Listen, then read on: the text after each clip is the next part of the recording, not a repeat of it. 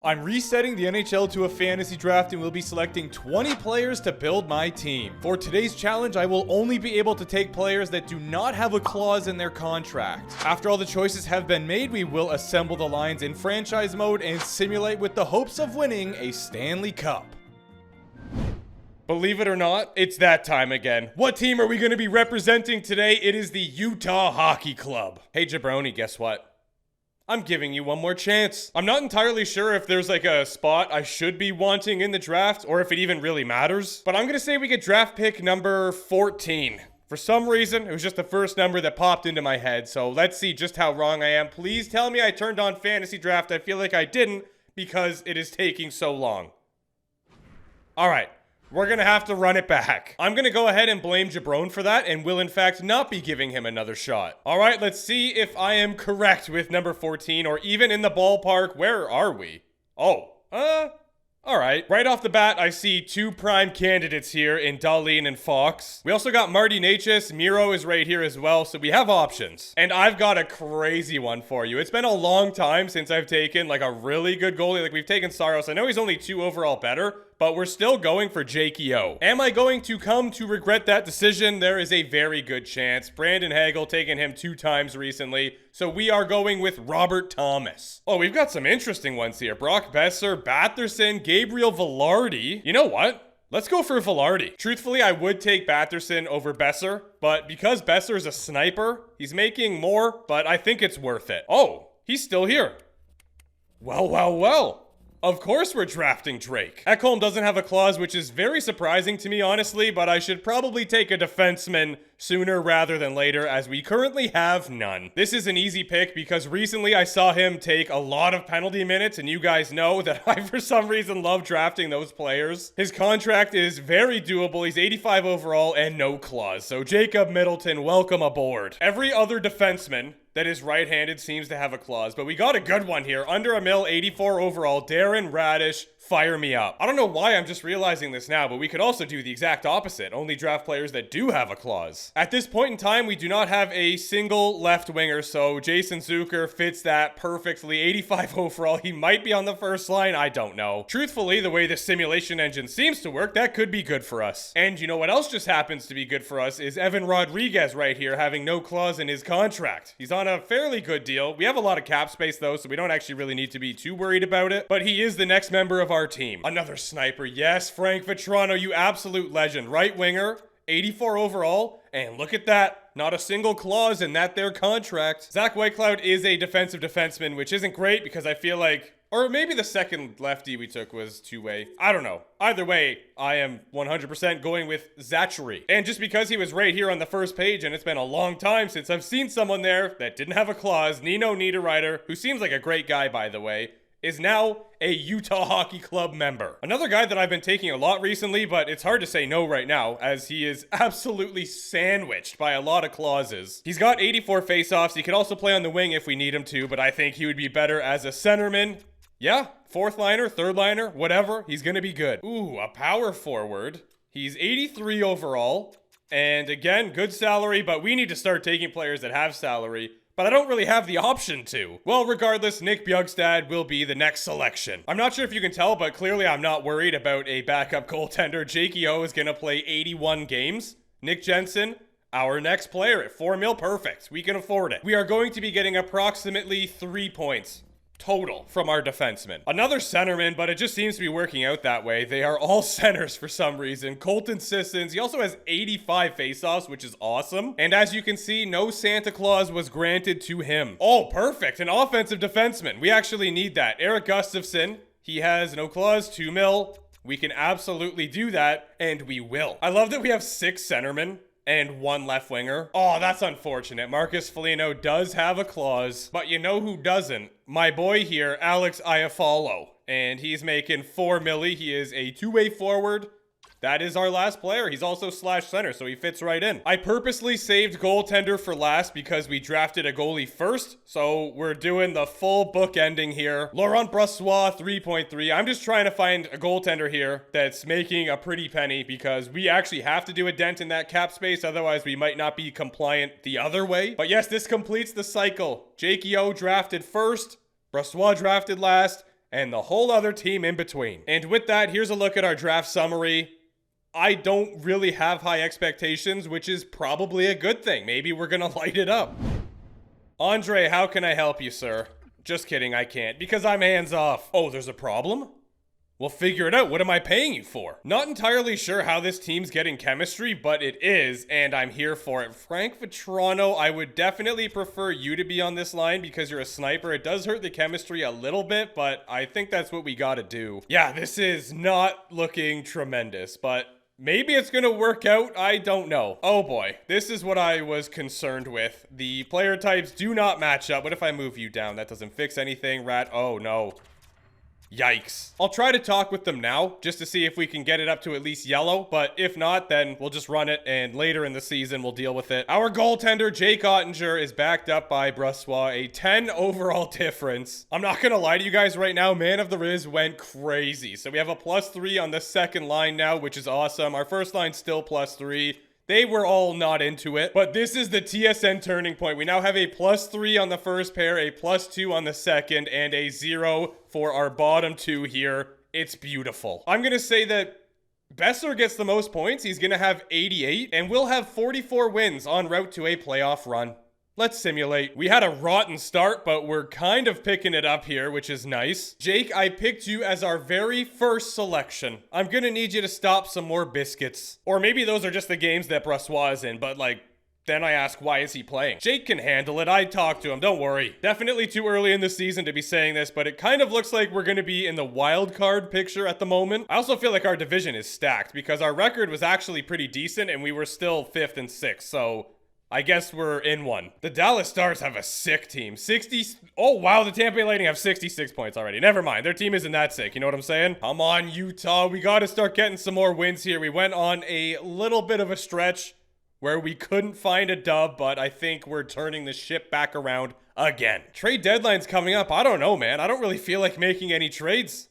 I want to see if this team can get it done, truthfully. One day to the trade deadline. We currently sit 3rd in the division, but it is a tight race. If you look at 2nd, Chicago, they have 74, and then the Blues in 5th have nice. We'll jump in, see who's available. I don't plan to make any moves, but if the right player is there, I will certainly consider it. So let's see how we do against the Windy City. It is a 2-0 win. There you go, Jake. Rasmus Anderson, you say?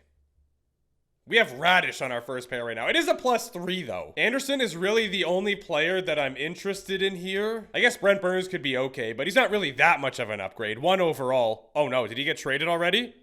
Clause protected.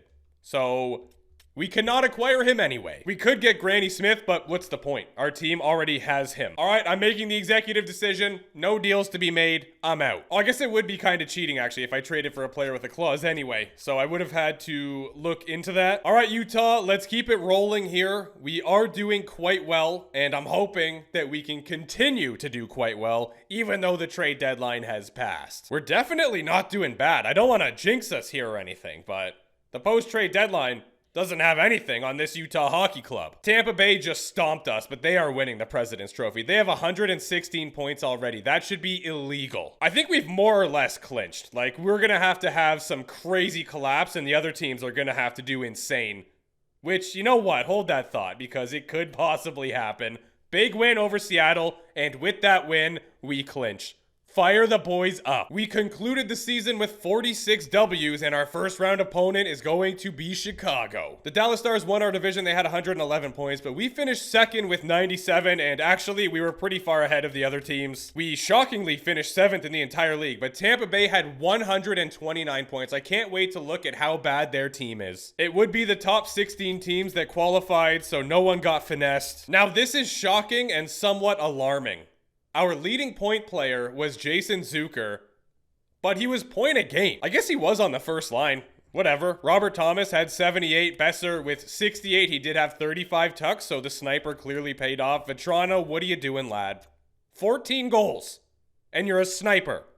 Embarrassing. I expected much less. Darren Radish had nearly 40 points, and he had 12 goals, so good on ya. Ekholm had 26. Gustafsson with 23. Not bad. Why does this keep happening? Our goaltender's very close in stats, Save percentage is identical. Goals against average off by 0.03. 3 shutouts for Ottinger, 1 for Brossoit. They both played well. Obviously, Tampa Bay's goalie was going to be leading the league. It was Markstrom. He had 49 wins in just 66 games and a 924. How about Ersson? 72 games played and a 927. Is that any good? This is extremely weird. Quinn Hughes led defenseman, but he only had 80 points, so we didn't have a single point per game defenseman. And it gets even weirder when you realize Cale Makar's not even on this front page. Well, we know that they had Nathan MacKinnon, 127 points. Let me guess, Connor McDavid played for Dallas. Let's see. Oh no, he was a Columbus Blue Jacket. 57 tucks for Nate Dio Double G, but I see 67 from Draisaitl down there, so I assume that's going to be a Rocket Richard. Your penalty in minutes leader is Matthew Olivier with 163. He cleared it. Foligno, who I would have had, but he has a clause, 118. This is supposedly the greatest team ever assembled. Jake Gensel, Nate, and Marchenko. Yeah, kind of checks out. Second line, they have Toffoli, Hurdle, and Couture. That is a very good second line. A old second line, but good nonetheless. Defensively, they have Dursey and Erik Karlsson, DeMello, McCabe, and then, yeah, I don't know. Markstrom in the net. Maybe they just have insane chemistry. I'm not sure, but they almost put up 130 points this season. Our first round opponent, Chicago, has Perron, Kent Johnson, and Sam Reinhart. Their second line does not look great. Their depth is decent. I don't know what's going on here. Marty, the one-man party with Dobson, Ekblad, and Valimaki. Yeah, I mean, we should kind of stomp them, but we probably won't. Well, I guess our team is somewhat similar, really. First 3 games of round number 1. Let's see how the Utah Hockey Club holds up here against Chicago. Will we be able to advance to the second round, or will we be put out immediately? Okay, all right.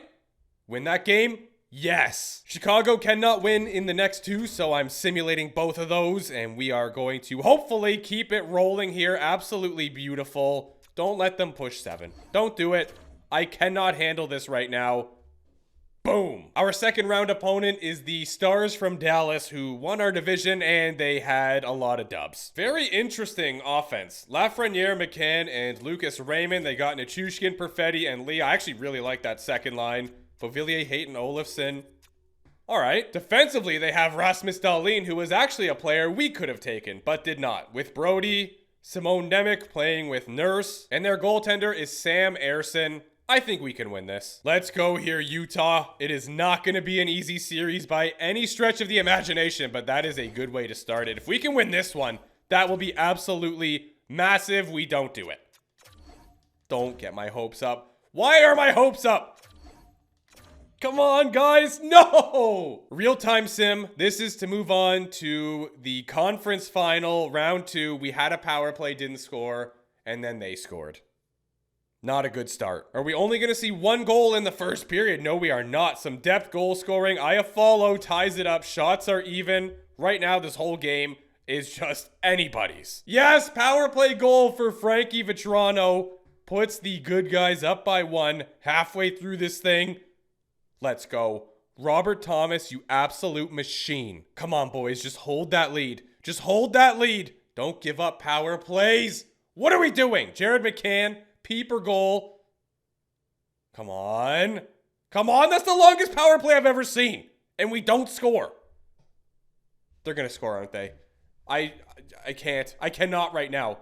I'm unable to even. I don't believe it. Just asking for a friend. Are you not entertained? In order to move on to the Stanley Cup Finals, we have to take down the Colorado Avalanche. This right here is an offense that has only lost 2 games so far in the playoffs, and I am doing a lot of understanding right now because that looks terrifying. From top to bottom, they are good. Defensively, they're no joke either. Siegenthaler playing with Carlo, Bear, Grzelcyk, and their bottom 2 good. Kevin Lankinen tending the goal. This is going to be probably our toughest series yet, which makes sense because we did both win 2 series. First 3 games. Oh my word. You really got my hopes up with that first W. Can we tie it up, make it a best of 3? I'm not real-time simming. Oh, you're kidding. The Tampa Bay Lightning, of course they're in the Stanley Cup Final. Well, we don't need to look at either roster because one team put us out in the conference final. The other team was your President's Trophy winners, who had maybe the greatest season of all time. I don't remember. I guess Boston had 60 wins. I don't remember how many points they got. Apparently, this team is just not beatable. I don't even care. I'm so proud of you boys. 21 from Robert Thomas, 19 from Batherson. Zucker was point a game. Velarde had a lot. Besser and Vetrano. Can't complain with our defense either. He was a +10, +9 for Radish. Jake Ottinger played good. Essentially, what it boiled down to is we just ran into a team better than us. Even if we got to the Stanley Cup final, our chances of beating Tampa were slim to none. Yeah, I mean, come on. A .930 save percentage, .216 GAA for Markstrom. He was lights out. Not much to discuss for defensemen. EK65 had 11 points, 10 for Simone in just 13 games. And your Conn Smythe winner, Nathan MacKinnon. 28 points in 19 games. They played 19 games to win the Stanley Cup. Take in that you have to have 16 wins to get a Stanley Cup. They lost 3 times. I mean, Jack Hughes played well for Colorado, I guess. Nathan MacKinnon, we're going to be seeing his name a lot. Won the Art Hart combo. Quinn Hughes with the Norris. Lady Bang goes to Nate. Macklin Celebrini on his hometown Canucks. Calder Memorial Trophy winner Conn Smythe to Nate. Ersson with the Vezina, but Markstrom gets the Jennings. Bill Masterton awarded to Alexiak. Huska was voted the Jack Adams winner. Sidney the Kidney, because we didn't draft him, gets the Selke. Nate Mack again. But Draisaitl will have the Rocket Richard. 67 goals it was, I think. Here is your playoff tree. Honestly, again, I'm so proud of our team. I did not expect them to do as well as they did, but here we are. We got all the way to the conference finals. 46 wins on the season. I think you should subscribe just for their effort.